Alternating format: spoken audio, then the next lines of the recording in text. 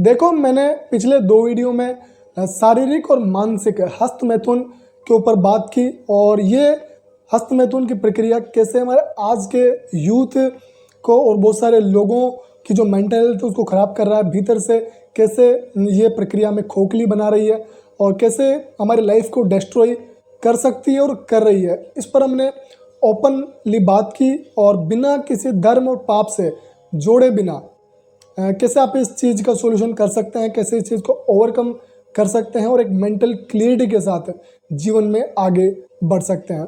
अगर वो वीडियो आपने नहीं देखे हैं तो ज़रूर देखिएगा। डेफिनेटली आपको एक मानसिक स्पष्टता मिलने वाली है, जिससे आप जीवन में एक सही दिशा ले सकें और ग्रोथ की ओर आगे बढ़ सकें। और इस वीडियो में हम बात करने वाले हैं ब्रह्मचर्य के बारे में। देखो, जब हस्तमैथुन और ये जो मास्टरबेशन है, जब इसकी बात की जाती है तो ब्रह्मचर्य की भी लोग साथ में बात करते हैं। वो क्यों करते हैं और ब्रह्मचर्य की सही परिभाषा क्या है, वो आपको इस वीडियो में देखने को मिलेगी। मैं जानता हूं कि ब्रह्मचर्य को लेकर बहुत सारी बातें की जाती है, आपने भी बहुत सारे वीडियो देखे होंगे, लेकिन मैं जो आपके सामने ब्रह्मचर्य की परिभाषा रखने वाला हूं, वो बहुत कम लोग ऐसी बात आपके सामने रखते हैं। और अगर आप ध्यान से सुनेंगे, समझेंगे, तो डेफिनेटली आप ब्रह्मचर्य को अपनी लाइफ में फॉलो करके अपनी लाइफ को एक शानदार, ताकतवर और एक निडरता के साथ जीवन में आप आगे बढ़ सकते हैं। तो देखो, सबसे पहले तो ब्रह्मचर्य की एक सिंपल और सरल भाषा में बात करूं तो ब्रह्म का मतलब होता है सत्य और चर्य का मतलब होता है आचरण, यानी जो सत्य में अपना जीवन जी रहा है वो ब्रह्मचारी है। ये एक बिल्कुल सरल भाषा है। तो कई लोग ब्रह्मचर्य को जो है शादी, वीर्य, अध्यात्म, गृहस्थी, बच्चे पैदा करने नहीं करने और इन बहुत सारी चीज़ों से जोड़कर देखते हैं, जबकि ब्रह्मचर्य का इनसे कोई संबंध नहीं है। और ब्रह्मचर्य का सीधा संबंध काम वासना से भी नहीं है, क्योंकि काम वासना से तो हमें डायरेक्ट संबंध इसलिए लगता है क्योंकि हमारे जीवन में हम ज़्यादातर जो निर्णय, ज़्यादातर जो हमारा नज़रिया होता है, जो दिमाग में हमारी चीज़ें चलती है, वो काम ही चलता है।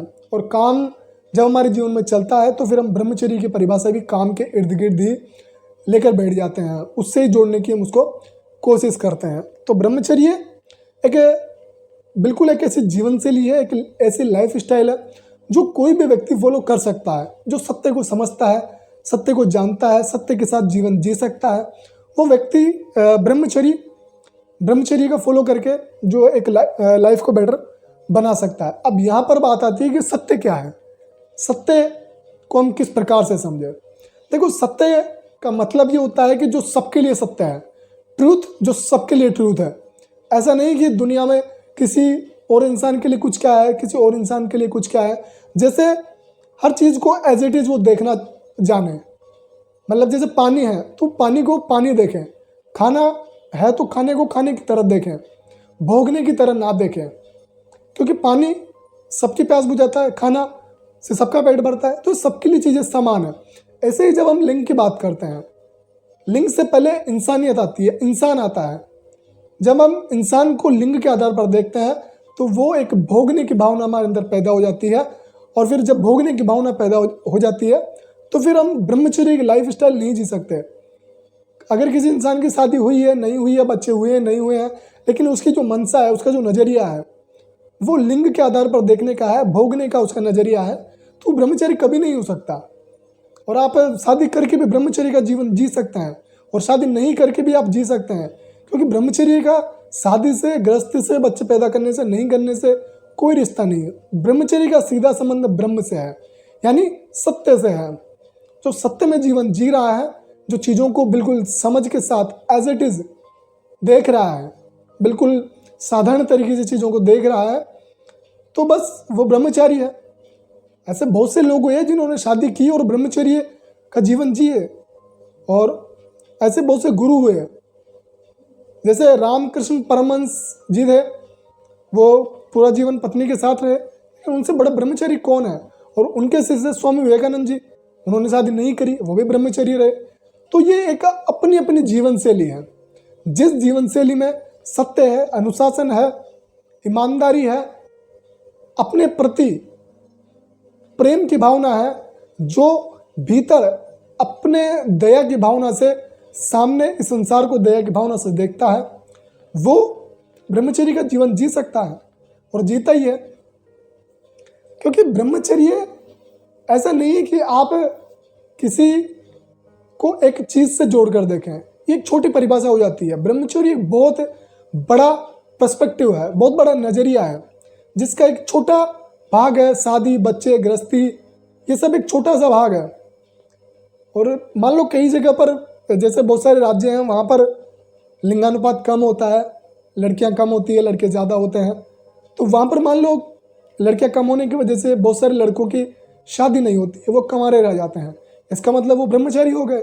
नहीं, ब्रह्मचर्य का मतलब बिल्कुल सीधा और सरल है, जो ब्रह्म के बताए जीवन के आधार पर चल रहा है, जो ब्रह्म के कराए कर रहा है, जो ब्रह्म के खुआए खा रहा है। मतलब जिसको सत्ता के सिवा कुछ नहीं दिखता, वो मिट्टी को मिट्टी की तरह देखता है और अपने शरीर को भी मिट्टी ही देखता है, वो ब्रह्मचारी है। कई ऐसे लोग हुए जो शादी के साथ उन्होंने ब्रह्मचर्य का जीवन जिया। कबीर दास जी थे, वो भी शादीशुदा थे। तुलसीदास जी थे, और बहुत से ऐसे लोग हुए जो शादी के साथ ब्रह्मचर्य रहे, और बहुत से ऐसे हुए जो शादी नहीं करके भी ब्रह्मचर्य रहे। बस आप इंसान को इंसान की तरह देखें, भोगने के नजरिए से ना देखें। जब आप किसी लड़की को देखते हैं तो आप उसको पहले इंसान देखें। जब आप उसको इंसान नहीं देखेंगे तो फिर आपके अंदर भोगने की भावना आती है, और वो हर चीज़ पर लागू होती है। जैसे हस्तमैथुन का मतलब ये नहीं कि आप किसी एक प्रक्रिया को ही हस्तमैथुन की प्रक्रिया माने। आप किसी भी अंग के साथ जबरदस्ती कर रहे हैं तो वो हस्तमैथुन है। आप मन को सारा दिन घुमा रहे हैं, सारा दिन विचार चल रहे हैं, तो वो मेंटल मास्टरबेशन है। तो एक छोटी परिभाषा के साथ आपको ब्रह्मचर्य को नहीं जोड़ना चाहिए। ये तो वैसी ही बात हो गई, जैसे ब्रह्मचर्य को शादी से आप जोड़ रहे हैं, तो ये इस प्रकार से बात हो गई कि आपको कहा जा रहा है कि आपको अहंकार छोड़ना है, आपको ईर्ष्या छोड़नी है, आपको नफरत छोड़नी है, आपको द्वेष छोड़ना है, आपके अंदर जो खराब विचार है उनको छोड़ना है। और आप क्या छोड़ रहे हैं? आप लहसुन छोड़ रहे हैं, आप प्याज छोड़ रहे हैं, आप कुछ और छोड़ रहे हैं। तो ये क्या सेंसलेस बात नहीं हुई है? और ये जो बाबा वगैरह होते हैं, इनके अंदर ऐसी भावनाएं होती है, जो लोग क्या करते हैं कि ये जो नेचुरल चीज़ें हैं, काम वासना हो गया, लस्ट हो है, ये जो वीर्य है, ये सब चीज़ें जब लोग इंसान सेक्स हो गया, ये जब कर लेते हैं तो उसके उनके अंदर जब गिल्ट आ जाता है, पता नहीं क्यों गिल्ट आता है, गिल्ट आ जाता है तो बाबा के पास जाते हैं। बाबा को बोलते हैं कि बाबा जी गलती हो गई, अब इस पाप का कैसे प्रायश्चित करें। तो बाबा को पता चल जाता है कि ये फंस गया, क्योंकि नेचुरल चीज़ों को ही धर्म और पाप से जोड़कर देख रहा है। काम वासना कहाँ से पाप हो गया? सेक्स कहाँ से पाप हो गया? वीर्य का बहना, नाई बहना, ये कहाँ से पाप हो गया? ये नेचुरल प्रोसेस है। मैंने पिछले वीडियो में बताया कि ये एक नेचुरल बॉडी फंक्शनल है, साइंस की भाषा में अगर बात करें तो इनसे आप अपने आप को जोड़कर ना देखें, अपने जीवन को सही तरीके से जिए, सबके प्रति दया प्रेम ये रखें, इंसान को इंसान की तरह देखें, भोगने की नज़र से ना देखें। अगर आप इस तरह जीवन जीते तो आप ब्रह्मचर्य हैं। फिर आप शादी करें नहीं करें, बच्चे करें नहीं करें, ये आपकी पर्सनल लाइफ है। कौन से ग्रंथ में लिखा हुआ है? अष्टावक्र गीता में कहीं पे लिखा हुआ है, भगवत गीता में कहीं पे लिखा हुआ है। तो ये सब चीज़ें आपको थोड़ा समझने की ज़रूरत है, और इन बाबाओं के चक्कर में ना पड़े। बाबा आपको नेचुरल चीज़ों को लेकर ही गिल्ट फील कराते हैं, और उस गिल्ट को लेकर आपके अंदर पाप की भावना पैदा हो जाती है। पता नहीं ये भावना आपके अंदर क्यों पैदा होती है। फिर उस पाप का प्रायश्चित करने के आप बाबाओं के पास जाते हैं, और बाबा को फिर कमाने का एक जरिया मिल जाता है। और यही एक बड़ा ट्रैप है, इसमें बहुत सारे लोग बुरी तरह उलझे हुए हैं, फंसे हुए हैं। तो इस ट्रैप से आपको निकलने की ज़रूरत है। किसी भी बॉडी फंक्शनल की वजह से आपको गिल्ट में जाने की ज़रूरत नहीं है, किसी भी प्रकार का इस चीज़ को पाप मानने की ज़रूरत नहीं है। और आपके जीवन में जब बड़ा लक्ष्य होता है, बड़ा विजन होता है, आप इस धरती पर दुख कम करने के लिए काम करते हैं, आप क्लाइमेट चेंज, आप पर्यावरण को बचाने के काम करते हैं, आप धरती को बचाने का कुछ बड़ा बेड़ा उठाते हैं, आप देश की सीमा पर लड़ते हैं, देश की रक्षा करते हैं, तो आपके लिए ये सेक्स, वीर्य, सीमन, ये सब भोगना, ये सब बहुत कम आपके जीवन में हो जाता है। और मान लो आप भोग भी लेते तो क्या हो गया?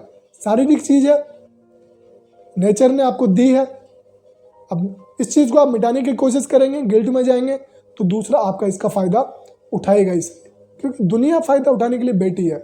उनको कमाने का कोई तरीका नहीं मिलता, मेहनत नहीं की जाती है, तो वो ऐसा तरीका ढूंढ लेते हैं, ऐसा जरिया ऐसे लोग ढूंढ लेते हैं जो नेचुरल चीज़ों को पाप समझते हैं और उस पाप का प्रायश्चित उनके पास करने जाते हैं। तो थोड़ा सा अपना दिमाग का इस्तेमाल करिए, ईमानदारी से अपना अच्छा कर्म करिए।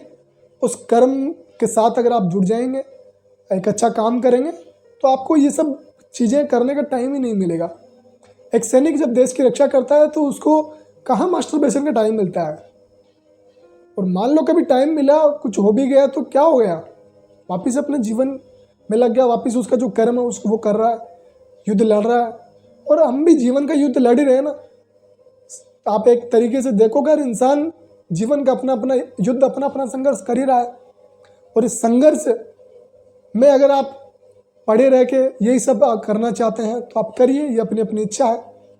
लेकिन मुझे लगता है कि जीवन में एक बड़े विजन, बड़ा लक्ष्य, बड़ा चुनाव, एक ईमानदारी के साथ जीवन जिएंगे तो मुझे लगता है कि इन छोटी मोटी चीज़ों का आपको टाइम ही नहीं मिलेगा।